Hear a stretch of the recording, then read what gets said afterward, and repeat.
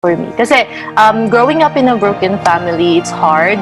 And I don't see myself as, leaving my family. Even one vacation, there was not one vacation that I left my family behind.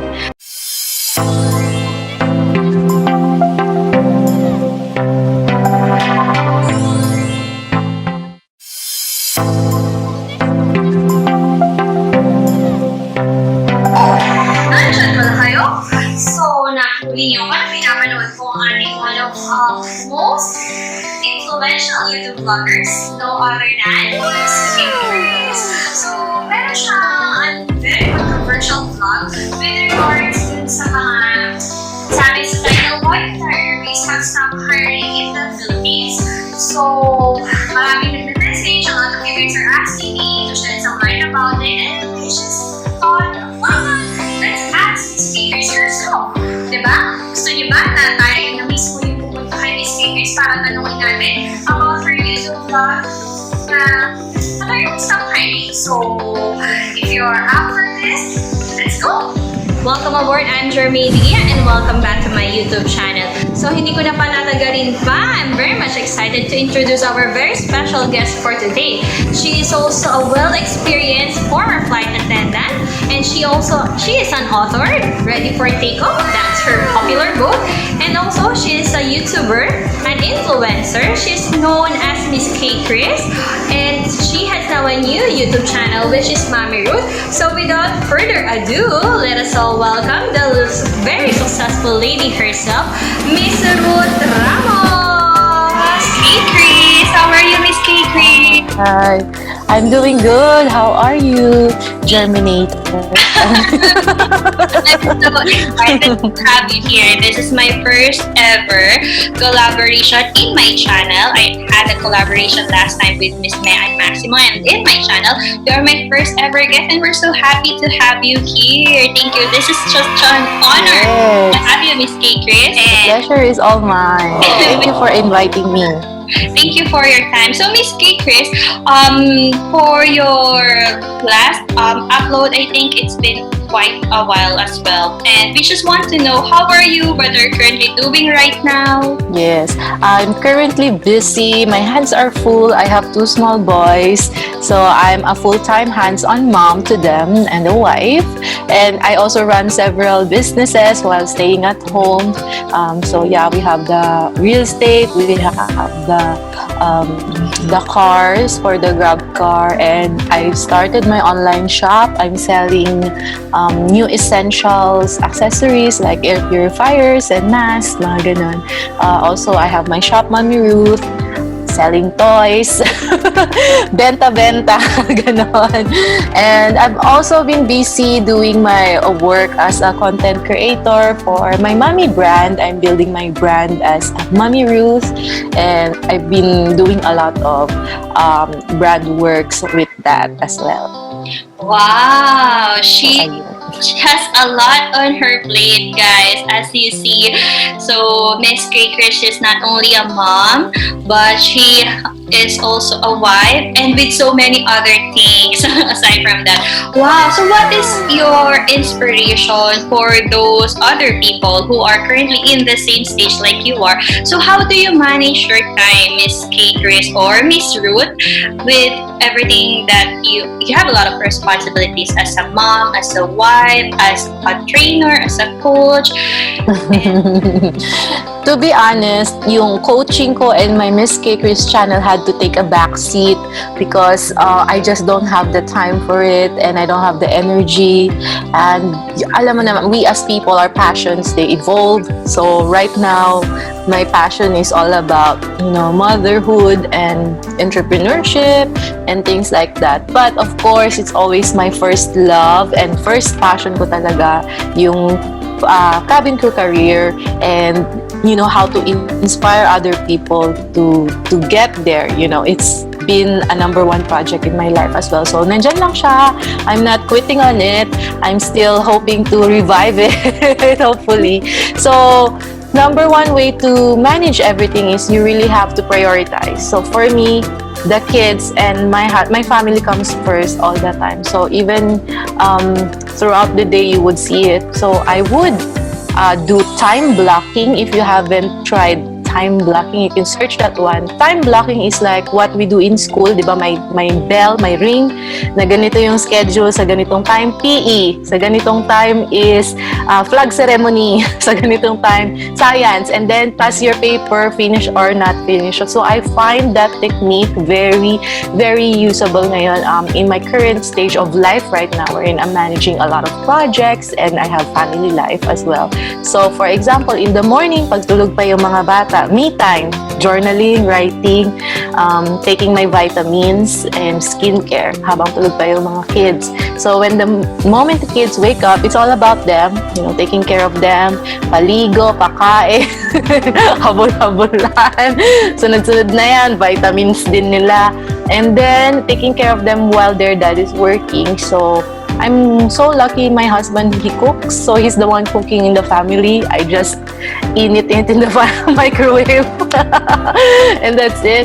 And by the time that they are napping, or by the time that my husband doesn't have work, like right now it's a Sunday or weekdays, that's the time that I can work on my businesses. So always priority yung, for example, yung me time and kids, and then yung mga maraming rackets, kasi it can get overwhelming. Like the rackets can run your life if you let them. So ganon. Wow, that is truly, I admire on how you manage your time and series. Grabe, I like the word that you use. Our passion evolved. So, kasi I've been watching your vlogs when you were a flight attendant and all the layovers. And now, for your channel, from Miss KayKrizz or Ruth Ramos, now you have your another channel, which is Mommy Ruth. And you will see how River and Rain, right? The kids, yes, River and Rain. Yeah, the two cute little boys, and it's just so amazing when you said that at the end of the day, you just have to know your priorities, because other things, although you're passionate about it, sometimes dapat mag-backseat muna sila. And your idea of time blocking, it was actually the first time for me to hear that one. Ganun pala. Yes. Ganun siya. Pag dumating na yung time na ganito, finish or not finish, pass your paper. So, parang ganun. So, for example, for me, I would time block 1 to 3 is their nap time. So, I would time block that one. I will work, do everything that I can to work. And then by 3 o'clock, gising na sila. Okay, pass your paper. Bye, everybody.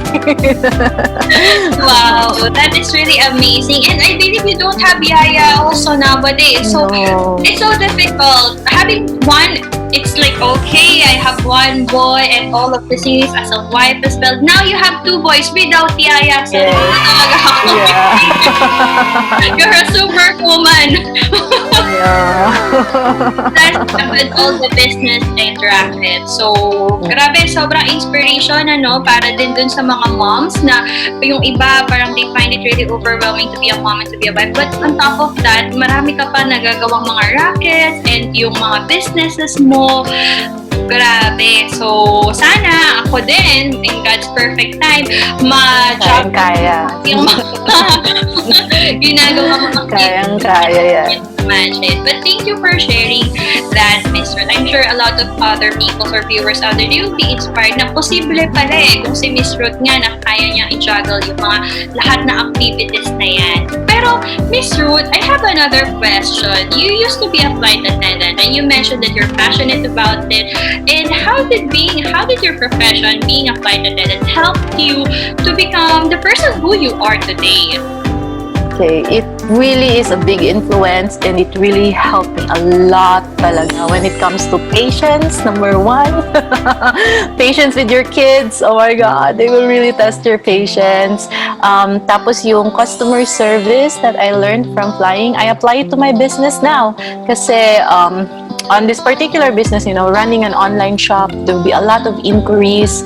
You really have to do customer service, talk to them kasi sometimes they're rude and all of that, so you don't get offended anymore. I guess being a flight attendant got you a thick skin to the world na hindi ka na madaling ma-offend, hindi ka na ganun ka-sensitive, and you look at it just customer service. That's just how you look at it. You don't take things too personally. And also, working under pressure, number one yan. Every day I feel pressured. Like, for example, if I'm taking care of one kid and the other kid is already crying. So what will you do? So you get to have that, how do you work under pressure? Like, a crying baby is like very nakaka-pressure.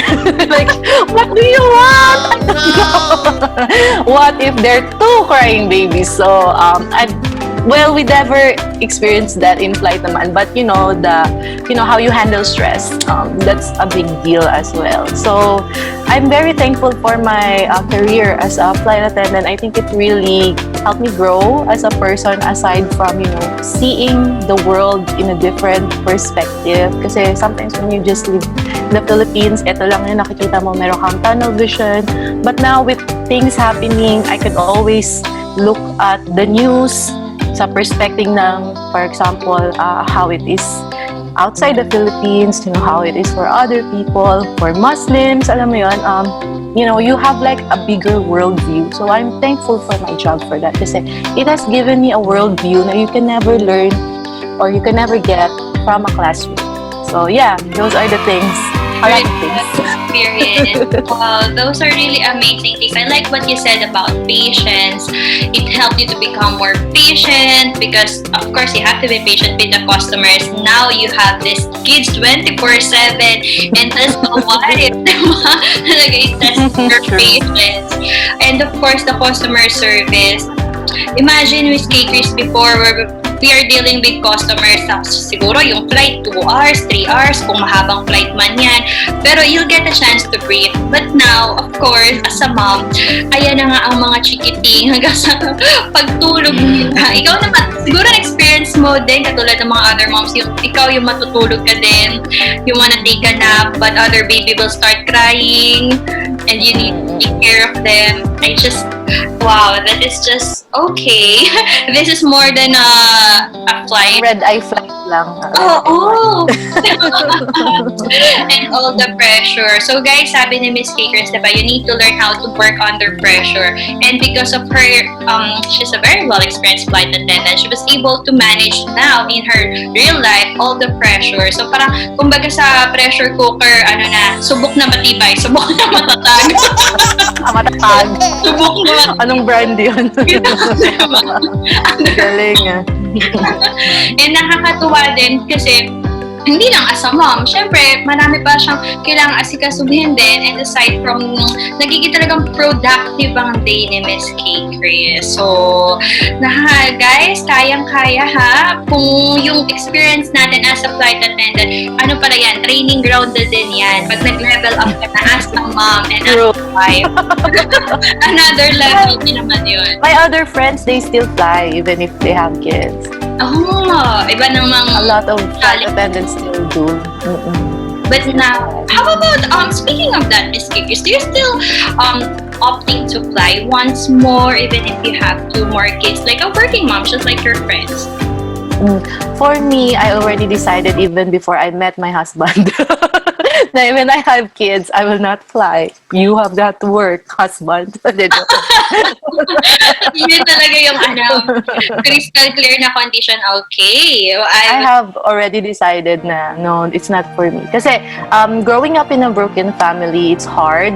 And I don't see myself as, leaving my family. Even one vacation, there was not one vacation that I left my family behind.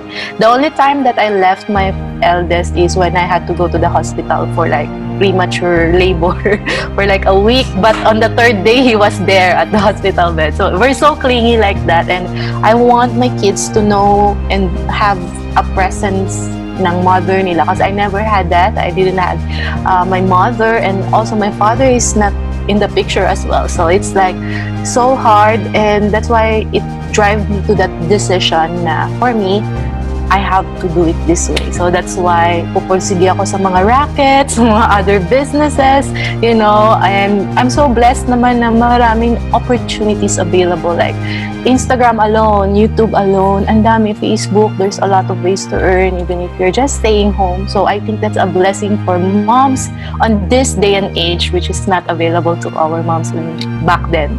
Wow, that is really, really heartwarming. So, thank you for opening us your background, Miss KayKrizz. So, this is the first time, of course, that I've heard that story that you're from a broken family and having that kind of experience. You want your kids to feel na, hey, your mom is here and your father is here for you and we are here for you. So, you just have to fight whatever the world will bring to you because you have a parents that you can count on. Diba? Madapa ka, andyan ako, anak, iaangat kita.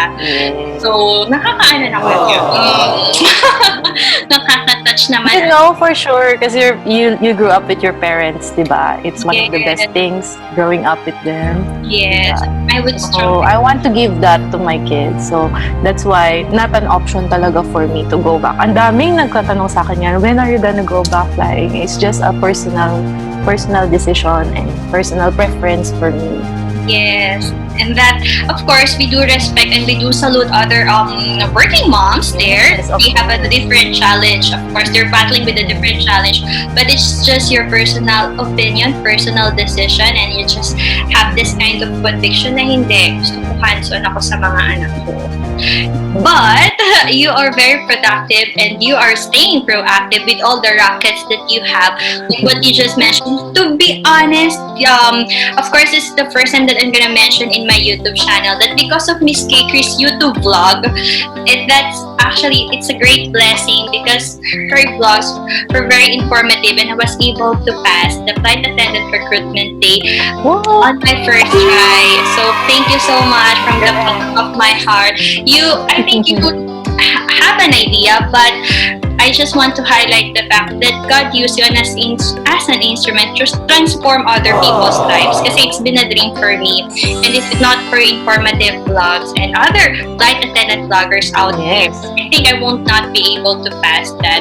And thank you because of all the efforts that you're putting into your vlogs and to all the activities. I'm sure you're being a blessing to so many people. So just want to take this opportunity. Thank you so much, Miss KayKrizz. You're welcome. But of course, I'm not gonna let this interview pass.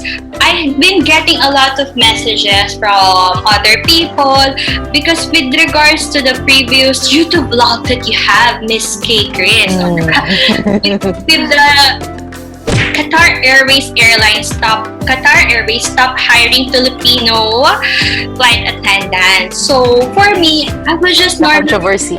yes, I finally also have a chance to ask Miss KayKrizz herself because I would just normally say, you know, guys, one thing constant in this world is change. That happened prior to this pandemic, but we are in a different situation now with everything that is going on. So for you, Miss KayKrizz, what is your advice for all the people out there, maybe others, private flight attendants na parang pinanghihinaan na ng loob, may tutuloy pa ba na yung pangarap nila? Do you have any piece of advice? Hindi lang naman Qatar Airways ang airline. Like for me, it happened to me personally. Qatar talaga ang gusto ko, pero hindi talaga binigay ni Lord. So binigyan niya ako ng Oman Air. And there are other airlines out there as well that could make your dream come true. So never, ever, ever give up. So yun nga yung sabi namin, me and my best friend dati, grabe ang effort namin para mag-apply. Pabalik-balik na kaming nare-reject. Pero alam mo yung babiyahe pa kami from Cebu to Manila para lang mag-apply. Pero rejected pa rin. Alam mo yun. It's so hard to take. But yung ma-advise ko lang, cause I've been there, I'm there beside you when that happened. Imagine mo na lang. So, ang sasabihin ko lang sa'yo, sige, iiyak mo lang yan.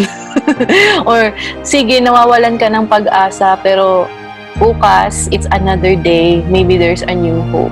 So, mahirap din naman kasi na i-deny mo lahat ng sad feelings, mga, alam mo yun, ang sabi nga nila is, padaanin mo lang siya, pero wag kang sasakay, wag mong sakyan all the way down. You just let it pass. Don't stop the feeling. Pag ini-stop mo siya, mas lalo siya, what you resist persists. You just let it flow. Let it flow. Yung feelings of hopelessness, feelings of, wala, hindi na talaga to mangyayari sa akin. You sit with that feeling, like, imagine it sitting beside you, and then one day, it will just stand up and move on, and then that time, you could also move on. Kasi pag pinigilan mo, mas lumalala. Pag sinakyan mo naman, na mas mapunta ka naman sa downward spiral. So, parang hindi rin maganda. So, just let it flow. Kasi yun talaga. Kagaya nga nung na-mention ko sa book ko, yung Ready for Takeoff, may best friend ako na apply kami ng apply. And then, pag hindi kami natanggap pareho, iyak-iyak kaming dalawa sa dorm. Tapos, maya-maya, after a week, sasabihin, maya-maya after nung umiiyak-iyak kami, sabihin, hindi na talaga ako mag-a-apply. Maybe it's not for me. Maging international FA. Ganon. Sasabihin yun sa sabi ko, ako rin, oh my God, ayoko, baka it's not for me talaga. I'm getting old. Ganon din yung sitwasyon ko dati. Like, by that time, so I was, wala na akong pag-asa, ganon. But then, nag-hiring ulit the next week, sabi naman ng friend ko, tara, let's go! Parang hindi umiiyak. Uy, may hiring si ano, tara, let's go! Ganon. Request na day off. Parang wala nangyari. So, kung you feel mong iiyak mo lang. Pero every day is a new day. You never know. Wow! Such a word of wisdom. Thank you so much, Miss KayKrizz. I think yung kung sinabi nyo na you just have to let it flow, hindi mo pwedeng i-deny yung sad feelings. Pero iiyak mo, but you just have to bounce back. The next day, okay, may opening. Okay, let's do it again. Larga. Ganon yung friend ko. Tara, larga na tayo ulit. Parang hindi sabi niya lang, ayaw niya na. Sabi niya, ayaw niya na. But that is actually the lesson eh. Hindi, you have this never give up attitude, kayo ng mga friends mo, and see where you are right now. You have inspired a lot of people, you have reached your dream job, you're very successful. Na ngayon, as a mom, iba pa yung another success story na naman yan as a hands-on mom to your kids, plus all the businesses that you have, and yung mga iba pang racket. So, nakita natin, to all the viewers out there, we can see how Miss KayKrizz really evolved, and yung pagkatao niya ngayon, it's because of all the struggles that she has to go through. Hindi naging sayang yon because she became a better person. She became a stronger woman in the process. And she has been inspired a lot. Diba? She has been... Kaya niya rin yan. Kaya din nila yan. Ako nga, pangarap ko nga lang to eh. Pinapanood ko lang dati si Miss KayKrizz sa mga vlog niya eh, sa mga layover niya eh. Akalain ko ba ngayon, I'll have this kind of honor and privilege to have her here in my YouTube channel. And syempre, alam natin na may two cute little boys pa, si River and Dre, na asikasuhin si Miss KayKrizz. I don't want to take so much of her time. But Miss KayKrizz, could you kindly give us some of the platforms wherein we can find you and all the businesses that you have right now? Yes. Please go ahead and check out my mommy brand or my mommy channel at Mommy Ruth in YouTube. And Miss KayKrizz, I'm going to revive that channel, of course, kasi syempre first love ko yan. First channel ko yan. Check me out there. I'm rebranding it to Ruth Ramos, to my name, kasi before I'm still shy about my name. And I'm scared of the airline policy. So yeah, I'll be at Ruth Ramos and Mommy Ruth. I have online shops, e-commerce shops where we sell air purifiers. That's HealthMax, that's PH, and I'm on Instagram as well. So just check me out on Instagram and Facebook as Mommy Ruth and as Miss KayKrizz pa rin yung Instagram and Facebook ko. So, ayun. So, I'll be just everywhere. For sure, we're gonna link it down on the description box below. Definitely. I'm gonna put all the links here in the description box. And also, guys, just to add, Miss KayKrizz or Miss Ruth Ramos and I are going to have a collaboration this coming January 2021. And this is the first ever GALLEY virtual conference wherein not only one, not only two, but 20 flight attendants are collaborating to help each and every one of you out there to really bring out the best in you, to unleash your highest potential, and to of course, in God's perfect time, to become a flight attendant like us. So just visit our pages, our channels, and all the links that we're gonna be putting here in the description box below, so you'll get more ideas about this GALLEY Talks Virtual Conference 2021. And we are also going to give 10% discount for all our interested aspirants there, to all the younger millennials. Just push hashtag Jermaine's Angels. Yan. Parang Charlie's Angels. Okay? Jermaine's Angel. Ang Yes. ganda. Pero, yan, mga Jermaine's Angels out there, parang Charlie's Angels Lounge, just put that hashtag and then you'll get a chance to avail another 10% discount for this upcoming virtual conference. And Miss Gaya nga ng sabi ni Miss Jermaine, it's because of these flight attendant vloggers, not just me, but other flight attendant vloggers who put their content out there, that she was able to pass the flight attendant interview in the first try. So she gives credit to all of those people who put their tips out there. These are the same people who's going to be at the GALLEY Talks. So I hope that you could check it out and you will really learn a lot. Di ba, Miss Jermaine? Definitely. And of course, we just to drop as well, we are collaborating with Fly High Manila, and this is activity. Sir Amor Maximo, he was able to organize all and was able to communicate with all these 20 flight attendant YouTube vloggers. And I'm just gonna put that in the screen as well. Go check it out. And do you have any final as we close, Miss Ruth Ramos, do you have any final words for our aspirants out there? Kapit lang, lilipad din tayo when the time is right. Kapit lang talaga. And I will fly with you soon. Soon. Thank you so much, Miss Yes. Ruth. And I'm glad to have you here, and I hope that I will still see you in our next projects. And with that, goodbye. Thank you.